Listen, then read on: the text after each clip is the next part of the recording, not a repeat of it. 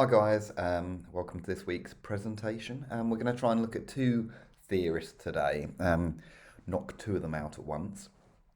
They both talk about audience theories and sort of fan and participatory culture. So I thought as they're sort of fairly similar, might as well look at them both this week. So we have talked a little bit about this in class, so I'm just going to go over this again and explain it to you. And again, if you want to save this, you can look back over it for revision nearer the exams. So first of all, we're going to look at Clay Shirky and end of audience. So the first point is that Clay Shirky believes we've moved from being a passive audience to being active audience members. Basically, we want to interact with our media. So he says that, back before the digital age, sort of in the 90s and before, people used to just sit and consume media, watch TV passively, just let the message go into them, a bit like that picture on the left there. I'm just going to take a sip of drink. You could say, I suppose, to some extent, that it was the hypodermic needle model. Do you remember we talked about that in class before? The media just injecting you with a big message. He says that we've moved away from that and we're much more active audience members where we want to interact with the media. So this might be making comments, or it might be reviewing stuff, or it might be liking and sharing. It might be simply pressing the red button on your remote control and going to a sort of interactives page on digital TV. It might be a few years ago there was this trend in phone-ins on television shows, so you could interact, you could vote people off shows, or you could take part in quizzes, or you could just show your opinion. But this would be the move towards a more active audience member. So looking at active audience members, I should say. What did he say? Let's see. Audience want to interact. They like to share. They like to like and comment on media they consume. So this would be like in the digital age, we might watch something and then, we say a YouTube video, you might share it, you might like it, you might comment underneath it. But more than that, you might watch a TV show and then, write a status on your Facebook about it or something like that. Now, this is largely due to technology that we have today, which allows for this interaction. He calls this Web 2.0, and it refers to the internet when we went from being dial-up to broadband, which happened in sort of the early 2000s, allowing for a faster exchange of information. Now, I may have spoken to you about this before, but when the internet first sort of hit people's homes in the late 90s, we used this thing called dial-up, which was basically internet going through your phone line. It was incredibly slow, and if you want to go on to a web page, it would sort of download it slowly, each page, slowly, line by line. It might take a couple of minutes to display a page, and certainly you wouldn't be able to have stuff like video. You'd just get pictures, text, maybe an audio file.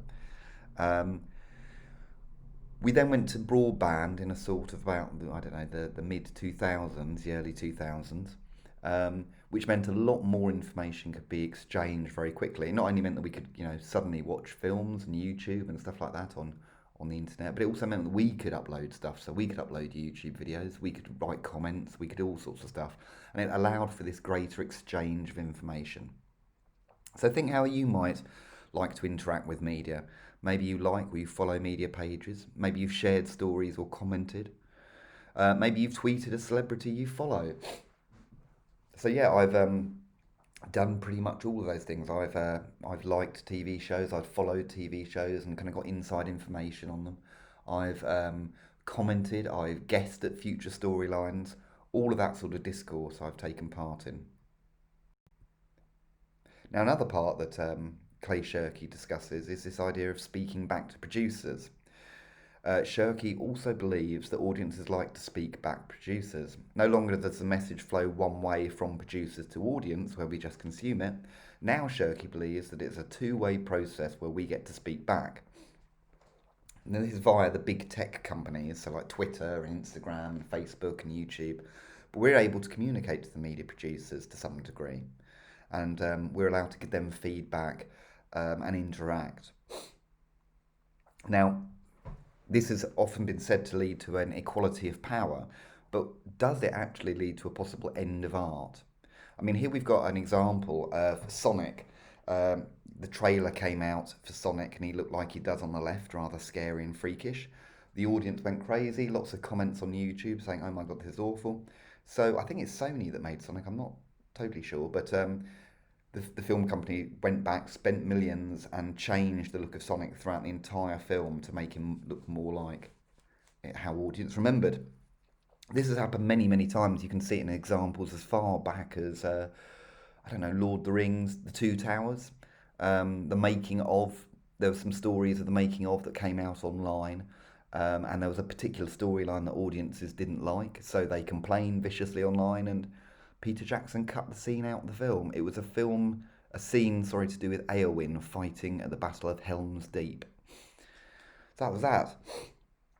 The problem is while it does lead to an equality of power, where we as audiences can say to the producers exactly what it is we like and we don't like, could this lead to problems where the studio are constantly sort of changing things and trying to please an audience, which is ultimately kind of impossible, and it's the end of art because the artist is no longer just producing something that they feel true to themselves, but instead they're trying to please an imagined audience.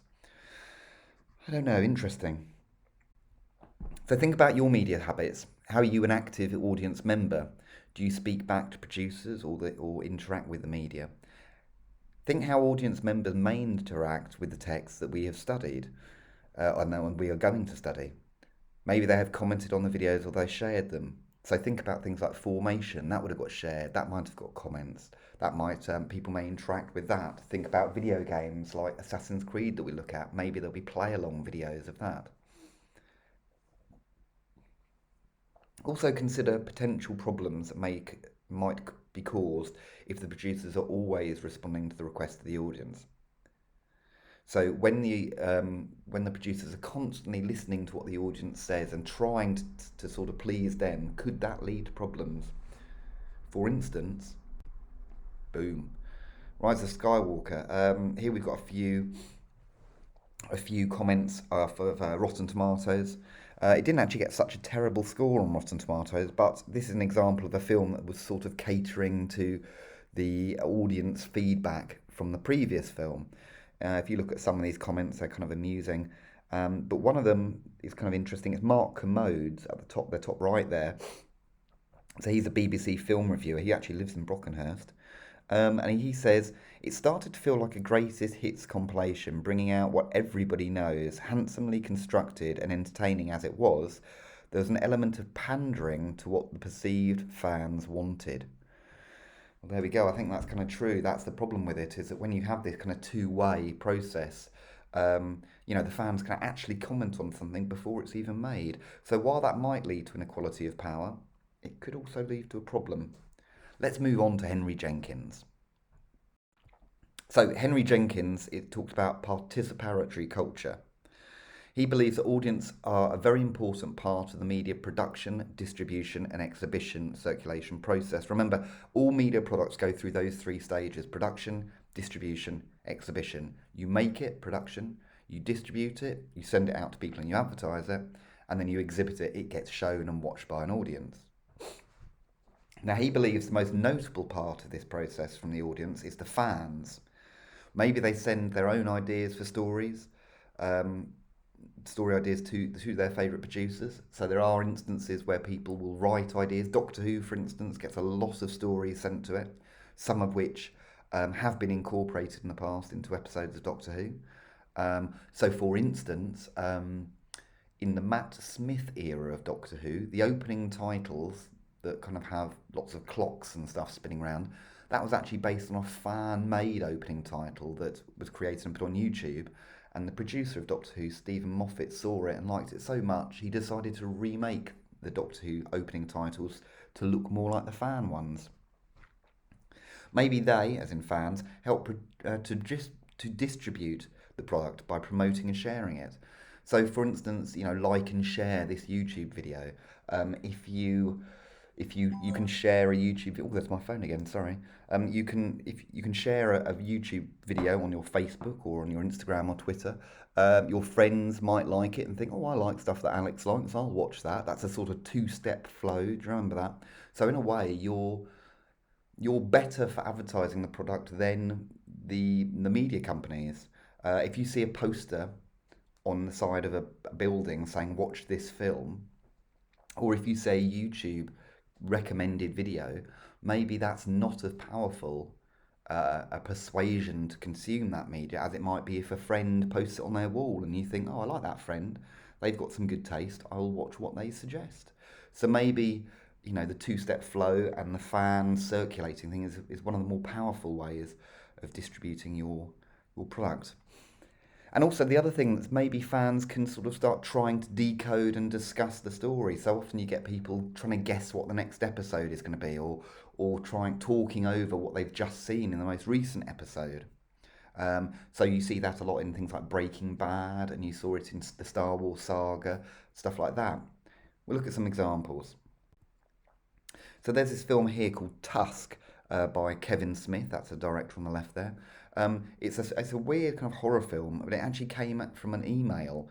Kevin Smith has a podcast, and he was talking about strange emails he'd received, and he discussed this one about from a person is basically a weird email about the writer had seen an advert for a room to rent, where the room was very cheap rent, but you had to dress up as a whale, I think, or a seal. And the landlord just wanted to see you dressed as a seal. And that's part of the sort of, I don't know, very strange. Anyway, Kevin Smith thought it was quite funny, and he talked over the idea on a podcast one day, and he made it into a film. Now, I should say the film's not very good, but, at least it happened. Also, we see stuff like this. So on YouTube, you get these videos, Mandalorian top 43 Easter eggs or 61 Easter eggs in the last episode. You get people discussing the things they may have spotted in the show or things to come. So fans discuss, review and decode episodes of their favourite television shows or films. This works to promote the product. There are also many YouTube videos that review and discuss other YouTubers like Zoella. So you get basically YouTube videos discussing other YouTube videos, fans discussing how much they like her videos or reviewing her new videos. Jenkins believes fans are responsible for constructing their own meaning and sharing them with others. So not only does he mean this in, talking over the story, but people can actually start sort of using the characters and making their own media. So this is textual poaching. Jenkins believes that audiences are responsible for textual poaching. This is creating your own interpretations from the media they consume. That's supposed to say from people, that's a mistake, apologies. So basically it's this idea of kind of taking something you like and making some sort of art with it. Now, for example, this could be things like slash fiction. Slash fiction is fan written stories, so you get a lot of these. I think the first I saw was based on Lord of the Rings. There's lots of sort of slightly gay stories written about Sam and Frodo on their journey, but you get loads. I mean, you get stuff to do with Sherlock Holmes and Watson. You get, I think, wasn't 50 Shades of Grey originally a fan fiction written about Twilight? I think it was. You also get re-edits of films. So there's a film, so Star Wars: The Phantom Menace. There's a version of that called The Phantom Edit, where someone's come along and re-edited it and tried to make it a lot less not so good. Also, people make their own films. So you've got things like, what was it called? Batman versus the Predator, which was pretty amazing. It's on YouTube. I can't remember what it's called. It did have a Batman Dead Zone or something. I don't know. If you put in Batman versus the Predator, you'll see it. It's a very good film, made by amateurs, but pretty incredible. You get remixing music. You get sampling music. You get people creating game hacks. So I don't know if you've seen these, but people sort of hacking computer games, making their own versions. You get lots of versions of Mario that have been made in different ways, or hacks of Grand Theft Auto, stuff like that. Basically, it's taking a media text and rewriting it in some way, making it your own. George Lucas, actually, the creator of Star Wars, was a big believer in this way back in the day. I think in the early 2000s, he made all of the Star Wars special effects free to download. So it encouraged people to sort of make their own versions of the film. And we can see this in many, many of the films and the texts that we study in media studies. So let's have a look at that. Fan art. So here's some rather ghastly bits of fan art. We've got Assassin's Creed there on the left, some fan art. In the middle there, that's actually supposed to be but Zoella, can you believe it?